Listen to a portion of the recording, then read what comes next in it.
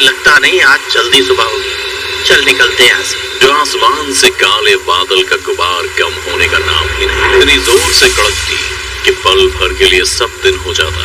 देख सूर्य के कदम जम से गए और वो दोबारा से बिजली की। तो उसने देखा कि जहाज जैसा कुछ समुद्र से निकल पानी के ऊपर पास आ गया और सूर्य को उंगली से इशारा कर दरिया तरह से समुद्र से निकलकर पानी के ऊपर आ गया और तेज लग चुका था।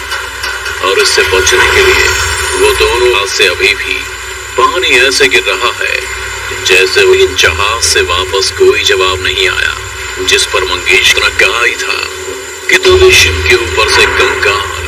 चल भाग मंगेश यहाँ से।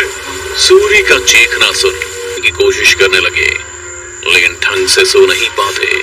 सुबह दोनों की नींद एक चीख के साथ खुली। नींद टूटते ही है और बहुत सारे सरकारी अफसर उसकी छानबीन के नाल पहले दरिया में गई थी पर कभी वापस नहीं लौटी। समुद्र से बड़ा थोड़ी है जहाज। नहीं और मंगेश, और सुना तूने कोई जिंदा नहीं उस जहाज में? मैं बता जिसे कुछ दिन बाद से निकालना शुरू करेंगे वो लोग। और क्या अभी हम कुछ दिनों तक दरिया में निकल भी पाएंगे? पर प्लान कुछ ठीक नहीं लग रहा था। वो भी रात में, लेकिन मौसम अभी भी ठीक नहीं था। हल्की हल्की बारिश के साथ आते हुए रस्सी को शिप पर फंसाया और ऊपर चढ़ने लगा और दोनों एक दूसरे से टकराते हुए जमीन पर गिर गए। चारों तरफ बस पानी ही पानी और घनघोर। अभी बात मंगेश को भी समझ आ चुकी थी कि कुछ तो अजीब। अब इस पर कुछ लोग भी दिखने लगे पर ये कौन है? आगे निकल आया और दरवाजा खोल अंदर चला गया। उसके पीछे से आवाज आई, समर्थ बेटा आराम से। कप्तान को देख छुप गए पर इससे पहले कप्तान दरवाजे के अंदर भागता हुआ दरवाजे के अंदर गया जहां वो कप्तान के ही कमरे थे। वो कप्तान का लड़का वहां ऐसे भटक रहा था। देखा तो उसके पैर जम से गए, उसके चेहरे और जहाज ऐसे डोलने लगता है मानो जैसे समुद्र में मछलियां। मंगेश और सूरी किसी बुत की तरह आगे बढ़े पर सूरी के कान में उस बच्चे के चीखने की आवाज करने की आवाज आ रही थी। मॉम, मैं बात से कुछ नहीं बताऊंगा। मेरा जीना हराम कर दे। वैसे भी तेरी बेबी से तेरी माँ ही हूँ। 2 आंसू बहाकर सबको यकीन दिला। तब उसे याद आता है कि वो लड़का उसके बचपन का दोस्त समर्थ सिर्फ फॉरेन ट्रिप और पैसों के लिए की है, जिसके बदले सब उल्टा ही चल रहा था। वो अपने पति को उसके ही शिप पर समर्थ का काम तमाम कर दिया। इससे पहले कि सूर्य थी, कप्तान को देख उसका जूनियर ऑफिसर वहां से भागने को था कि कप्तान को ये सब कैसे पता चला। तभी उसकी नजर लगी। बेबी, जैसा तुम सोच रहे हो मुझे गोली उसके सीने में उतार देता है और अपने बेटे के साथ मंगेश और सूरी भी इधर उधर डोलते हुए गिर। अगर आप अभी नहीं आए तो सब कुछ आउट ऑफ कंट्रोल हो जाएगा।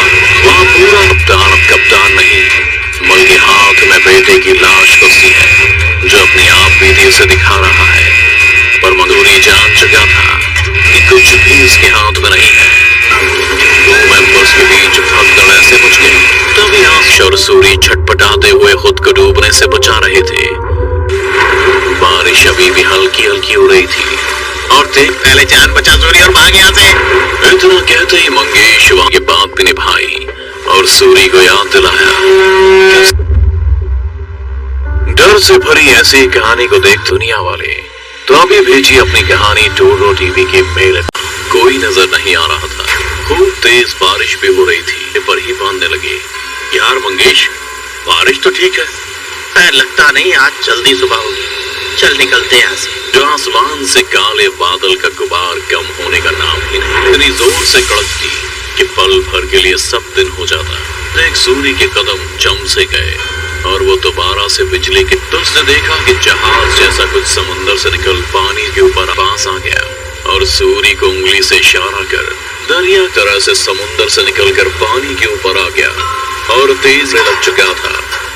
और इससे बचने के लिए वो दोनों हाथ से अभी भी पानी ऐसे गिर रहा है जैसे वो इन जहाज से वापस कोई जवाब नहीं आया, जिस पर मंगेश ने कहा ही था कि तो शिप के ऊपर से कंकाल। चल भाग मंगेश यहाँ से। सूर्य का चीखना सुन की कोशिश करने लगे लेकिन ढंग से सो नहीं पाते। सुबह दोनों की नींद एक चीख के साथ खुली। नींद टूटते ही है और बहुत सारे सरकारी अफसर उसकी छानबीन के नाल पहले दरिया में गई थी, पर कभी वापस नहीं लौटी। समुद्र से बड़ा थोड़ी है जहाज। नहीं यार मंगेश, और सुना तूने कोई जिंदा नहीं उस जहाज में? मैं बता, जिसे कुछ दिन बाद से निकालना शुरू करेंगे वो लोग। और क्या अभी हम कुछ दिनों तक दरिया में निकल भी पाएंगे? पर प्लान कुछ ठीक नहीं लग रहा था। वो भी रात में, लेकिन मौसम अभी भी ठीक नहीं था। हल्की हल्की बारिश के साथ घुमाते हुए रस्सी को शिप पर फंसाया और ऊपर चढ़ने लगा, और दोनों एक दूसरे से टकराते हुए जमीन पर गिर गए। चारों तरफ बस पानी ही पानी और घनघोर। अभी बात मंगेश को भी समझ आ चुकी थी कि कुछ तो अजीब। अब इस पर कुछ लोग भी दिखने लगे, पर ये कौन है? आगे निकल आया और दरवाजा खोल अंदर चला गया। उसके पीछे से आवाज आई, समर्थ बेटा आराम से। कप्तान को देख छुप गए, पर इससे पहले कप्तान दरवाजे के अंदर भागता हुआ दरवाजे के अंदर गया जहां वो कप्तान के ही कमरे थे। वो कप्तान का लड़का वहां ऐसे भटक रहा था। देखा तो उसके पैर जम से गए, उसके चेहरे और जहाज ऐसे डोलने लगता है मानो जैसे समुद्र में मछलियां। मंगेश और सूरी किसी बुत की तरह आगे बढ़े, पर सूरी के कान में उस बच्चे के चीखने की आवाज करने की आवाज आ रही थी। मॉम, मैं बात से कुछ नहीं बताऊंगा। मेरा जीना हराम कर दे। वैसे भी तेरी बेबी से तेरी माँ ही हूँ। 2 आंसू बहाकर सबको यकीन दिला। तब उसे याद आता है कि वो लड़का उसके बचपन का दोस्त समर्थ सिर्फ फॉरेन ट्रिप और पैसों के लिए की है, जिसके बदले सब उल्टा ही चल रहा था। वो अपने पति को उसके ही शिप पर समर्थ का काम तमाम कर दिया। इससे पहले कि सूर्य थी, कप्तान को देख उसका जूनियर ऑफिसर वहां से भागने को ही था कि कप्तान को ये सब कैसे पता चला। तभी उसकी नजर लगी। बेबी, जैसा तुम सोच रहे हो मुझे गोली उसके सीने में उतार देता है और अपने बेटे के साथ मंगेश और सूरी भी इधर उधर डोलते हुए गिर। अगर आप अभी नहीं आए तो सब कुछ आउट ऑफ कंट्रोल हो जाएगा। वहाँ पूरा कप्तान नहीं, बल्कि हाथ में बेटे की लाश कसी है जो अपनी आप बीती उसे दिखा रहा है। पर मंगूरी जान चुका था कि कुछ भी उसके हाथ में नहीं है। 2 मेंबर्स के बीच भगदड़ ऐसे मच गई। तभी आश और सूरी छटपटाते हुए खुद को डूबने से बचा रहे थे। बारिश अभी भी हल्की हल्की हो रही थी और देख पहले जान बचा सूरी और भाग यहाँ से। इतना कहते ही मंगेश वहां की बात भी निभाई और सूरी को याद दिलाया। डर से भरी ऐसी कहानी को देख दुनिया वाले तो अभी भेजिए अपनी कहानी टूडो टीवी के मेल